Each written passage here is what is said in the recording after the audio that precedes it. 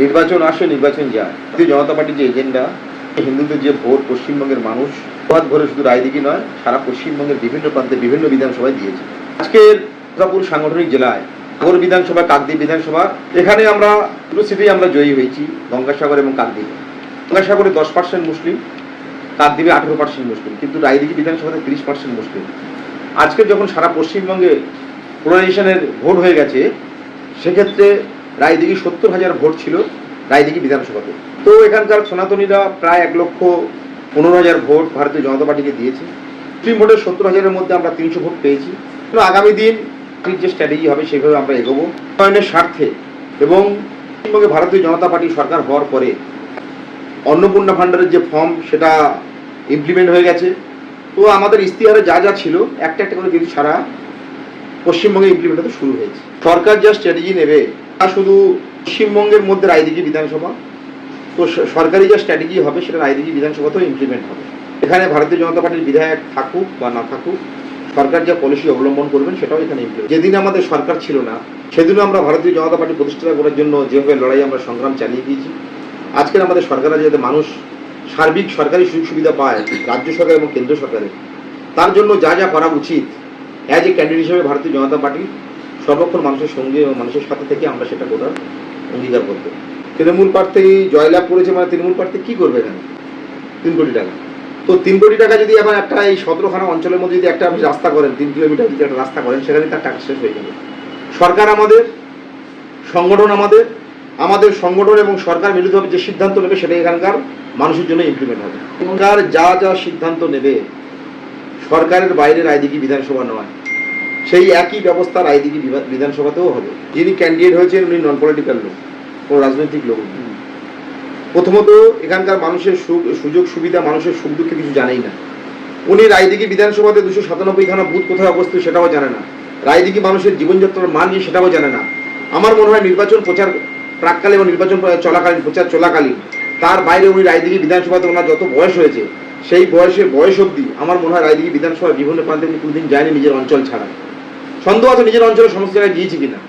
সেজন্য এরকম একটা লোক, তাকে মূল টিকিট দিয়েছিল, তিনি জিতেছেন কি হেরেছেন সেটা বিতর্কিত বিষয়। এদিকে মানুষের উন্নয়নের জন্য যেহেতু ভারতীয় জনতা পার্টির সরকার পশ্চিমবঙ্গে প্রতিষ্ঠিত হয়েছে, পশ্চিমবঙ্গের মুখ্যমন্ত্রীর নেতৃত্বে এবং ভারতীয় জনতা পার্টির যে সংগঠন, সেই একই নির্দেশিকায় আমরা এখানে মানুষের ডেভেলপমেন্ট করার জন্য যা যা করা উচিত এবং পশ্চিমবঙ্গের সার্বিক উন্নয়নের জন্য আমাদের পার্টি যে ইস্তেহার প্রকাশ করেছিল তার প্রত্যেকটা জিনিস রায়দিঘি বিধানসভাতে ইমপ্লিমেন্ট হবে। যেমন আমাদের বলেছিলেন যে মহিলাদের যাতায়াত ব্যবস্থা বিনা পয়সা হবে, বিদ্যুতের বিল 200 ইউনিট ছাড় হবে। তো যা যা সরকারের ইস্তেহারেতে ছিল, আমাদের ইস্তেহারে যা যা ছিল, পশ্চিমবঙ্গে যা লাগু হবে রায়দিঘি বিধানসভাতেও সেটা লাগু হবে, এটা নিয়ে কোনো সন্দেহ নেই। এখানকার বিধায়ক কি কাজ করলো কি করলো না ওটা নিয়ে আমাদের কোনো মাথা ব্যথা নেই। মানুষের পরিষেবা দেওয়ার জন্য আমাদের মুখ্যমন্ত্রী এবং সংগঠন আমরা একসাথে এগিয়ে যাব।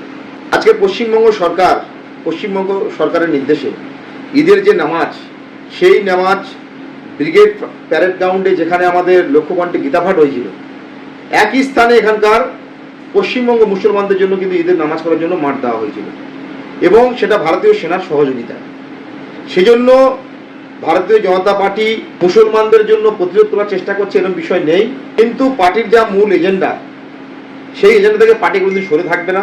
ভারতীয় জনতা পার্টি তার একটা নীতি নৈতিকতার উপর চলে, সেইভাবেই ভারতীয় জনতা পার্টি চলবে এবং তার পশ্চিমবঙ্গ সরকারও সেভাবে চলবে।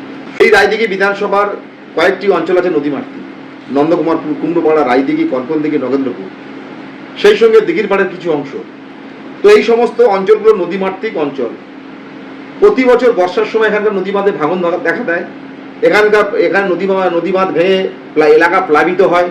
তো এর পার্মানেন্ট সলিউশনের জন্য যখন আমরা বিরোধী ছিলাম পশ্চিমবঙ্গে, তখনই আমরা কেন্দ্র সরকারকে বারবার জানিয়েছিলাম, কিন্তু রাজ্য সরকারের সহযোগিতা পাইনি বলে সেটা কিন্তু ইমপ্লিমেন্ট হয়নি।